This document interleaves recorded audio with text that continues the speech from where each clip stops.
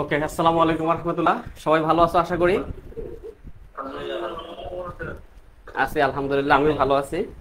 আমি তোমাদের লাস্ট একদিন একটা ক্লাস নিয়েছিলাম না? আচ্ছা, আমরা কতদূর পর্যন্ত পড়ছিলাম সেই দিন, কতদূর একটু কেউ স্মরণ করাই দাও তো। আচ্ছা, আমি তোমাদের ক্লাস নিচ্ছিলাম বেসিক ইলেকট্রিসিটি, তাই তো? তাহলে বেসিক ইলেকট্রিসিটি এটা এমন একটা সাবজেক্ট যেটা প্রত্যেকটা ডিপার্টমেন্টেরই আছে। ওকে, আমরা ফার্স্ট চ্যাপ্টারে ইলেকট্রিসিটি অ্যান্ড ইটস নেচার এইটা দেখছিলাম, প্রথম অধ্যায়। তাহলে অ্যাটমস দেখছিলাম। একটা অ্যাটমস হচ্ছে কি, একটা পরমাণুর ক্ষুদ্রতম একক, যে কোনো একটা পদার্থ গঠনের ক্ষুদ্রতম একক, যার কোনো বাস্তব অস্তিত্ব নাই এবং খালি চোখে দেখা যায় না, এইরকম একটা মৌলিক একককে বলা হয় অ্যাটমস। এই অ্যাটমসের দুইটা অংশ থাকে, একটা নিউক্লিয়াস আর একটা এক্সট্রা নিউক্লিয়াস। এক্সট্রা নিউক্লিয়াসে থাকে ইলেকট্রন, আর নিউক্লিয়াসের ভিতরে থাকে প্রোটন আর নিউট্রন, তাই তো? ইলেকট্রন ইলেকট্রন এর সংখ্যা প্রতি কক্ষে, ইলেকট্রনের সংখ্যা সমান সমান সূত্র ছিল 2n²। n সমান সমান কক্ষপথ নাম্বার, কক্ষপথ নং। তাহলে 1 নং কক্ষপথে কি হবে? 1 নং কক্ষপথে ইলেকট্রন সমান সমান 2 × 1 এর উপরে স্কয়ার, মানে 2টা। 2 নং কক্ষ পথে ইলেকট্রন 2 × 2 স্কয়ার, মানে 8টা। আমরা এইভাবে গতদিন ক্লাসে দেখছিলাম। তাহলে আমরা অ্যাটমসের মধ্যে ছিলাম। অ্যাটমসের দুইটা অংশ ছিল, একটা নিউক্লিয়াস আর একটা এক্সট্রা নিউক্লিয়াস।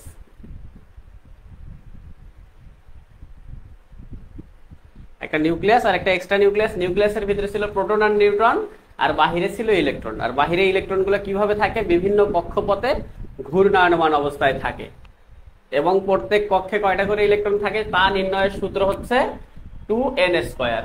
তাহলে 1 নং কক্ষপথে থাকবে 2টা, 2 নং কক্ষপথে থাকবে 8টা। 3 নং কক্ষপথে থাকে কয়টা? 3 নং কক্ষপথে থাকে 2 × 3², মানে 18টা। এভাবে আমরা কার কার পরমাণুর গঠন দেখছিলাম?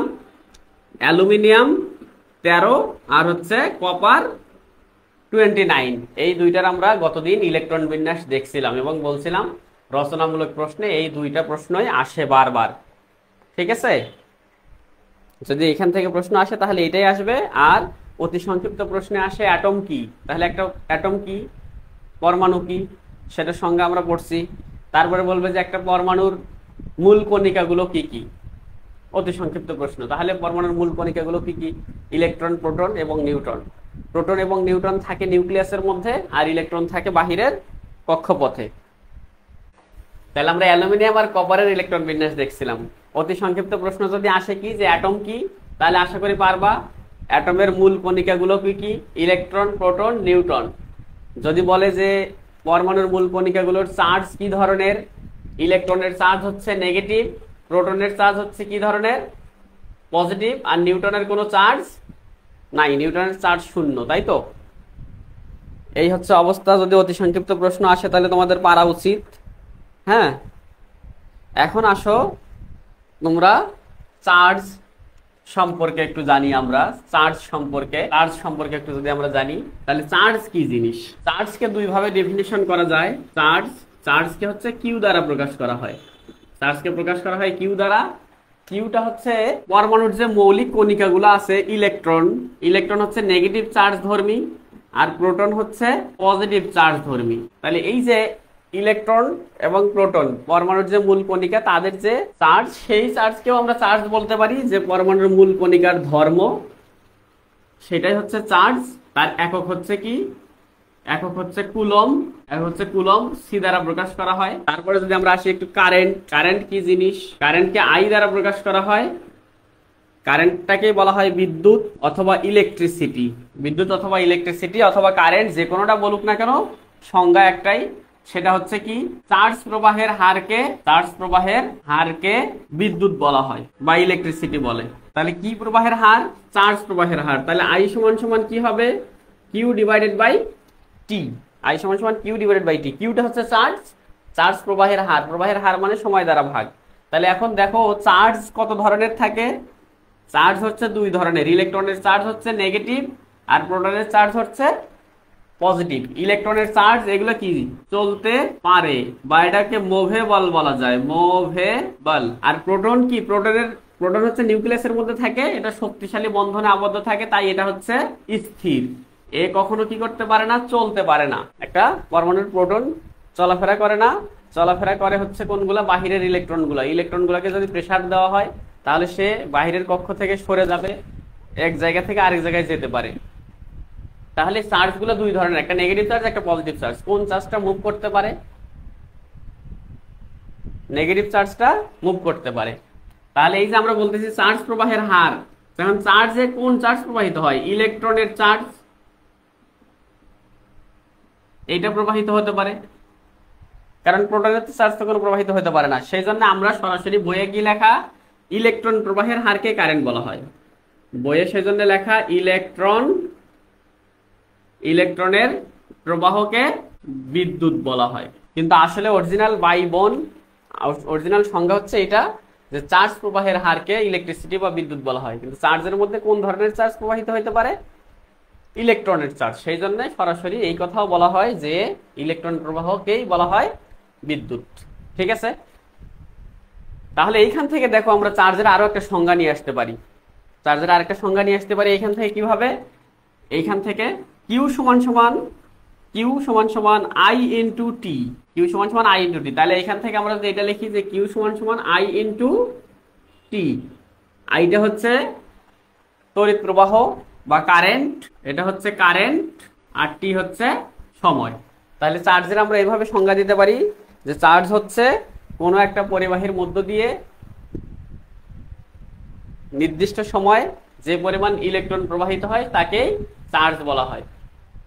কোনো একটা পরিবাহীর মধ্য দিয়ে ইলেকট্রন অথবা বিদ্যুৎ নির্দিষ্ট সময় ধরে প্রবাহিত হইলে তখন তাকেই বলা হয় চার্জ। তাহলে আশা করি তোমরা অ্যাটমস কি জিনিস আসলে বুঝবা, পরমাণুর মূল কণিকাগুলো কি কি সেটাও আশা করি পারা যাবে, চার্জ কি জিনিস সেটা পারা যাবে, এবং বিদ্যুৎ কি জিনিস সেটা পারা যাবে। মনে করো যে এই ইলেকট্রিসিটি বা বিদ্যুৎ কাকে বলে, এই প্রশ্নটা মনে করো আসছে, এইটা মনে করো যে আসছে। তোমাদের মিড টার্ম পরীক্ষার নাকি ডেট দিছে, কবে থেকে মিড টার্ম পরীক্ষা? 12 তারিখ থেকে। সামনে মাসের 12 তারিখ? হ্যাঁ। তাহলে তো এখনো 3 বছর আছে বাকি। তোমরা কি এত তাড়াতাড়ি পড়াশোনা করবা, আদৌ করবা? আমার তো মনে হয় না, বিশ্বাস তো হয় না আমার। 12 তারিখের আগে আমাদের শেষ হবে। কত সিলেবাস, কত দূর, কয়টা চ্যাপ্টার পড়তে হবে মিড সেমিস্টারের জন্য? প্রথম 7টা। তাহলে কি জিনিস আসবে সেটা তো বুঝছো, বিদ্যুৎ কাকে বলে আসবেই, মাস্ট, যাও এটা আসবে, ভালো করে পড়ে নিও। হ্যাঁ, যে চার্জ প্রবাহের হারকে ইলেকট্রিসিটি অথবা বিদ্যুৎ বলে, অথবা কি বলতে পারবা, চার্জ মানে ইলেকট্রন প্রবাহ, তাহলে ইলেকট্রন প্রবাহকেই বলা হবে কি, ইলেকট্রিসিটি বা কারেন্ট। ঠিক আছে, তাহলে এখন আমরা একটু সামনে আগাই। এবার আসো হচ্ছে আমরা শিখলাম হচ্ছে কারেন্ট, চার্জ আর হচ্ছে কারেন্ট। চার্জ হচ্ছে কিউ আর কারেন্ট হচ্ছে আই। এটার একক পড়ছি আমরা, একক হচ্ছে কুলম, এটার একক পড়লাম আমরা কুলম। আর এই কারেন্টের একক হচ্ছে অ্যাম্পিয়ার, এটাকে এ দ্বারা লেখা হয় আর এটাকে সি দ্বারা লেখা হয়। তাহলে আমরা দুইটা জিনিস পড়লাম, চার্জ একটা, কারেন্ট একটা। তাহলে এই কুলম কাকে বলে আর হচ্ছে 1 অ্যাম্পিয়ার কাকে বলে, এইটা হচ্ছে এখন বিষয়। হ্যাঁ, তাহলে কুলম কাকে বলে, কুলম বলা হয় যদি কোনো পরিবাহী, একটা পরিবাহী আছে এরকম, ধরো একটা পরিবাহী ধরলাম কপার পরিবাহী, এই পরিবাহীর প্রস্থচ্ছেদ মানে আড়াআড়ি যে অংশটা, এটা যদি কোনো পরিবাহীর প্রস্থচ্ছেদের মধ্য দিয়ে 1 সেকেন্ডে, যদি কোনো পরিবাহীর প্রস্থচ্ছেদের মধ্য দিয়ে, এই প্রস্থচ্ছেদের মধ্য দিয়ে যদি কোনো পরিবাহীর প্রস্থচ্ছেদ এর মধ্য দিয়ে 1 সেকেন্ডে 1 অ্যাম্পিয়ার বিদ্যুৎ প্রবাহিত হয়, তবে যে চার্জ প্রবাহিত হবে তার পরিমাণকে 1 কুলম বলা হবে, 1 কুলম চার্জ বলা হয়। হ্যাঁ, তাহলে তোমাকে প্রশ্ন করবে কি, যে এই যে 1 কুলমটা কি, 1 কুলম কাকে বলে? তাহলে 1 কুলম কি, কুলম মানে হচ্ছে কিউ তো কুলম, আই ইন্টু টি। তাহলে চার্জ গুলো প্রবাহিত হবে মানে ইলেকট্রন প্রবাহিত হবে কোনো একটা পরিবাহীর মধ্য দিয়ে, তাহলে সেই কোনো একটা পরিবাহীর প্রস্থচ্ছেদের মধ্য দিয়ে আই এর মানও 1 অ্যাম্পিয়ার, টি এর মান কত, 1 সেকেন্ড, সময়ের একক সেকেন্ড, কারেন্টের একক অ্যাম্পিয়ার। তাহলে কোন একটা পরিবাহীর প্রস্থচ্ছেদের মধ্য দিয়ে যদি 1 অ্যাম্পিয়ার কারেন্ট 1 সেকেন্ড ধরে প্রবাহিত হয়, তাহলে যে পরিমাণ চার্জ প্রবাহিত হবে তার পরিমাণকে বলা হয় কি? তার পরিমাণকে বলা হয় হচ্ছে 1 কুলম্ব। ঠিক আছে, অতি সংক্ষিপ্ত প্রশ্নে আসে সাধারণত, তাহলে যাতে আসলে তোমরা পারো। 1 কুলম্ব সমান সমান 1 কুলম্ব সমান সমান 628, 1 কুলম্ব সমান 628 গুণন 10 to the power 16 electron charge. 1 coulomb সমান সমান 628 গুণন 10 টু দি পাওয়ার 16 ইলেকট্রনের চার্জ। ঠিক আছে, তারপরে যদি বলে যে 1 অ্যাম্পিয়ার কি, তোমাকে প্রশ্ন করবে যে 1 অ্যাম্পিয়ার কি। অতি সংক্ষিপ্ত প্রশ্ন, ফাইনাল পরীক্ষায় মাঝে মধ্যে আসে।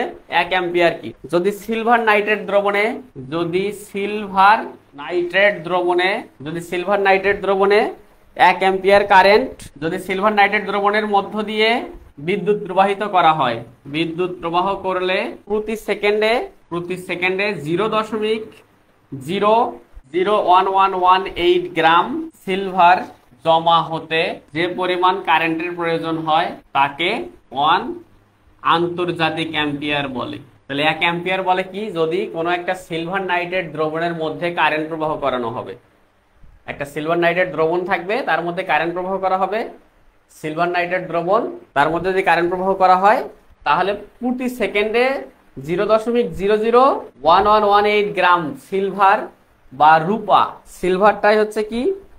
রূপা, সিলভার বা রূপা, সিলভার যে কথা, রূপা একই কথা, রূপা জমা হতে যে পরিমাণ কারেন্টের দরকার হবে তাকে 1 আন্তর্জাতিক অ্যাম্পিয়ার বলা হয়। অ্যাম্পিয়ারের এক সংজ্ঞা। অতি সংক্ষিপ্ত প্রশ্ন মাঝে মধ্যে আসবে, তখন যাতে পারা যায়। ঠিক আছে, তাহলে আমরা চার্জ দেখলাম, কারেন্ট দেখলাম। তাহলে চার্জ ছিল হচ্ছে এই যে ইলেকট্রন গুলা থাকে সেইগুলা। এখন এ যদি প্রবাহিত হয় তখন সেটাকে বলা হয় কারেন্ট। আমরা এতটুকু জিনিস শুধু দেখছি নাকি? স্ক্রিনশট দেওয়া লাগলে অবশ্যই দিয়ে নাও, সামনে আগাবো কিন্তু। ওকে, তাহলে আমরা দেখলাম হচ্ছে দুইটা জিনিস। চার্জ হচ্ছে এই যে ইলেকট্রনের চার্জ, আর এইগুলাকে কি করতে হবে? প্রবাহ করাইলে সেটা কি হয়? প্রবাহ করালে কারেন্ট পাওয়া যায়, তাই না? আমাকে বলো দেখি এই ইলেকট্রন গুলো কি এমনি এমনি প্রবাহিত হবে? ওকে অবশ্যই হয় প্রেসার দিতে হবে, হয় ওকে প্রেসার দিতে হবে যে তোকে ওদিক প্রবাহিত হইতে হবে, আর না হলে তাকে কি করতে হবে? লোভ দেখাইতে হবে যে আসো, তুমি এদিকে আসো, তাহলে তোমার অনেক কিছু দিব, এরকম লোভ দেখাইতে হবে নাকি? হয় লোভ দেখাইতে হবে, না হলে প্রেসার দিতে হবে, রাইট? তাহলে এই প্রেসারটাকেই বলা হয় ভোল্টেজ। তাহলে এই ইলেকট্রন গুলো যে প্রবাহিত করাবো আমরা, তার জন্য একে কি করব? ফোর্স অ্যাপ্লাই করব। তাহলে একে যদি বল প্রয়োগ করি তাহলে ও কি করবো? দেখি চলে যাবে না? চলে যাবে। যদি যায় তাহলে এর কি হবে? সরণ হবে। তাহলে ফোর্স অ্যাপ্লাই করলাম এফ, সরণ হলো এস। তাহলে বল প্রয়োগের ফলে যদি কারো সরণ হয় তাহলে সেখানে কি তৈরি হয়? কাজ তৈরি হয়। কাজ ডাব্লিউ সমান সমান এফ ইন্টু এস। তোমরা আশা করি ফিজিক্সে পড়াশোনা করছো এটা। তাহলে এখন আমরা শিখবো হচ্ছে ভোল্টেজ। ভোল্টেজ হচ্ছে ডাব্লিউ ডিভাইডেড বাই কিউ।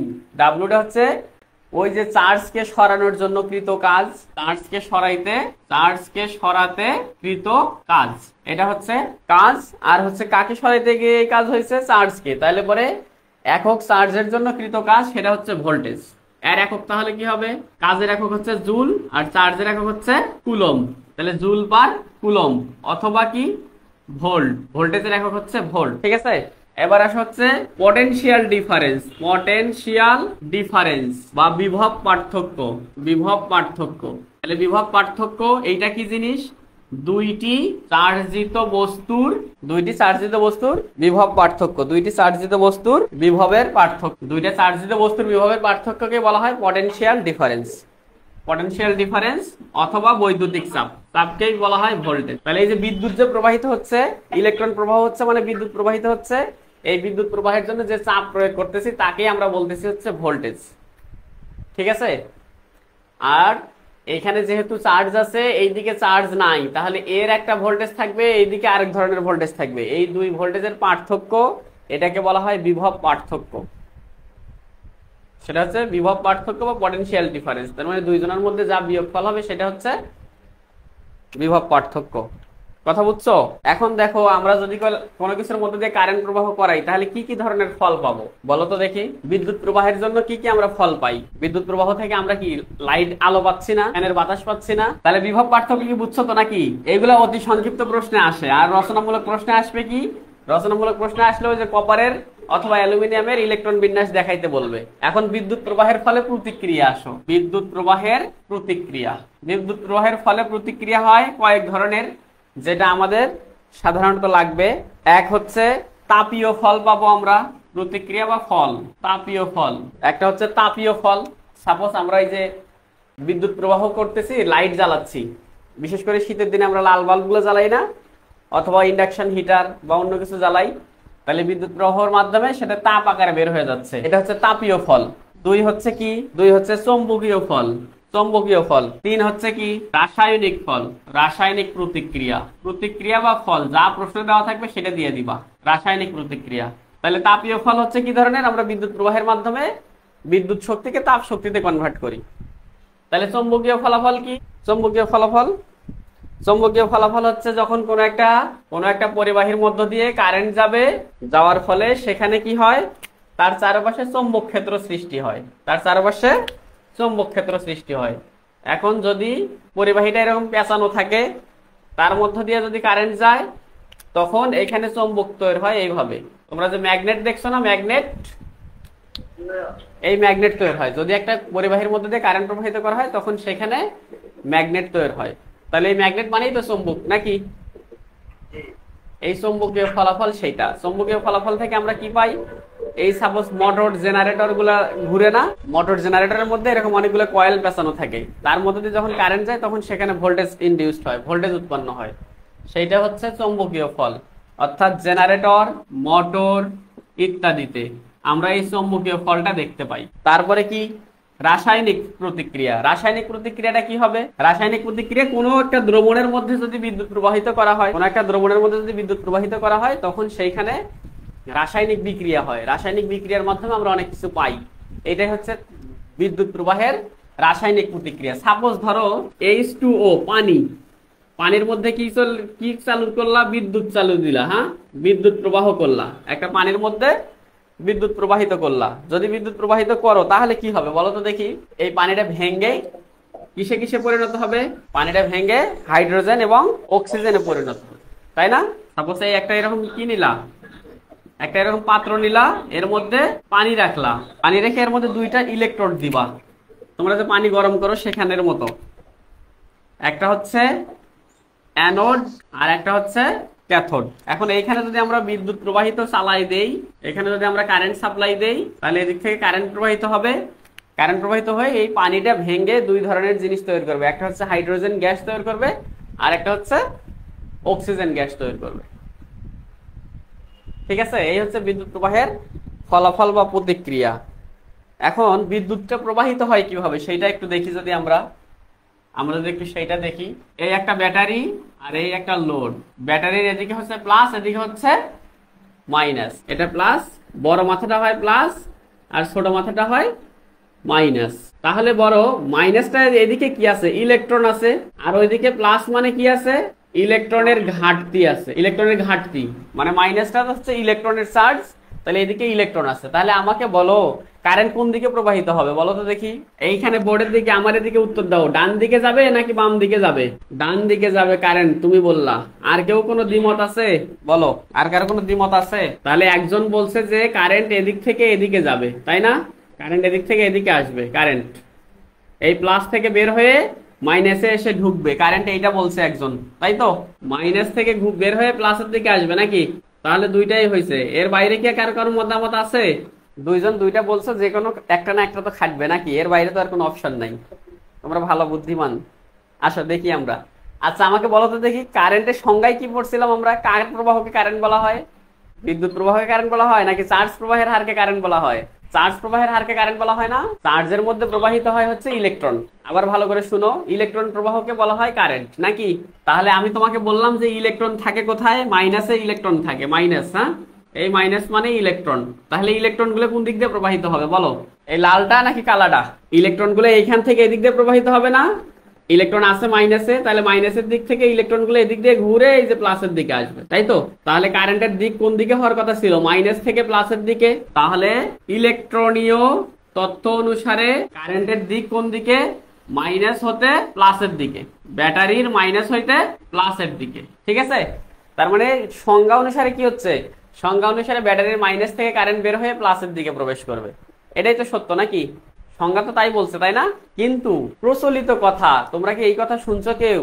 গ্রামের দিকে বহুবার ফেস করতে হয়েছে আমাকে, মনে করো এরকম কথা শুনছো কি, যে একসাথে ওই যে পরীক্ষা দিতে গেলে ডিম খেয়ে যায় না, যে শূন্য বাবা বাবা ডিম খায় যাস না, গোল্লা পাবি, এই কথা শুনছো? শুনছি ভাইয়া। কিন্তু ডিম খাই গেলে কি শূন্য বাবা, এটা সত্য কথা? তাহলে কি এটা কুসংস্কার নাকি বলো দেখি? তার থেকে আরেকটা বড় প্রচলন আছে, ওই যে অনেক সময় একসাথে দুইটা কলা একসাথে থাকে, জোড়া কলা খাইতে গেলে কি বলে দাদিরা অথবা অন্যরা বলবে যে এই কলা খাস না, একসাথে দুটা বাচ্চা। এটা কি সত্য নাকি কি বলো? বিভ্রান্তকর কথাবার্তা, সেইটা বলো। কিন্তু এটা গ্রামের দিকে এমন বীজ বাষ্প ছড়িয়া বিশ্বাসের মতো হয়ে গেছে, তুমি তারে যতই বুঝাও সে বুঝবে না, নাকি? ঠিক আছে, কারেন্ট প্রবাহের ক্ষেত্রেও সেম কথা। কারেন্ট সংজ্ঞা বলতেছে যে ইলেকট্রন প্রবাহকে কারেন্ট বলে, তার মানে মাইনাস থেকে প্লাসের দিকে যাবে। কিন্তু কারেন্টের একটা কুসংস্কার আছে। কুসংস্কারটা হচ্ছে এইটা, এই যে একজন বলছে না যে প্লাসের দিক থেকে বের হয়ে মাইনাসের দিকে যাবে, কথা বুঝছো? এইটা হচ্ছে কুসংস্কার, এটাই বলা হয় কনভেনশনাল, মানে প্রচলিত প্রচলিত প্রথা। এইটা প্রচলিত প্রথা হচ্ছে কারেন্ট প্লাসের দিক থেকে বের হয়ে মাইনাসে প্রবেশ করবে। এটা প্রচলিত, মানে সবার মুখে মুখে ছড়াই গেছে, এটাকেই সাধারণত ধরা হয়। আমরা অঙ্ক করার ক্ষেত্রে কোনটা ধরবো? যেটা প্রচলিত হয়ে গেছে এটাকেই ধরবো। কিন্তু আসলে অরিজিনাল ডিরেকশন কোনটা? মাইনাসের দিক থেকে প্লাসের দিক। বুঝাইতে পারছি? যার নয়েজ কম আসে সে মাঝে মধ্যে একটু ইয়াস হ্যাঁ হু কিছু একটু কথাবার্তা বলিও, আর যাদের বেশি নয়েজ আসে তারা মাইক্রোফোন অন করিও না। এই তাহলে কারেন্ট প্রবাহের দিক কয়টা বুঝছো? দুই ধরনের কারেন্ট প্রবাহের দিক বুঝছো? একটা হচ্ছে প্রচলিত আর একটা হচ্ছে অরিজিনাল। অরিজিনাল ডেফিনেশন অনুসারে মাইনাসের দিক থেকে প্লাসের দিকে যাবে, কিন্তু প্রচলিত বা কনভেনশনাল প্রথা অনুসারে কি হবে? প্লাসের দিক থেকে মাইনাসের দিকে যাবে। কথা বুঝছি? কথা বুঝাতে পারছি? ওকে, তাহলে আগাইলাম। স্ক্রিনশট লাগলে নিয়ে নাও। গুড।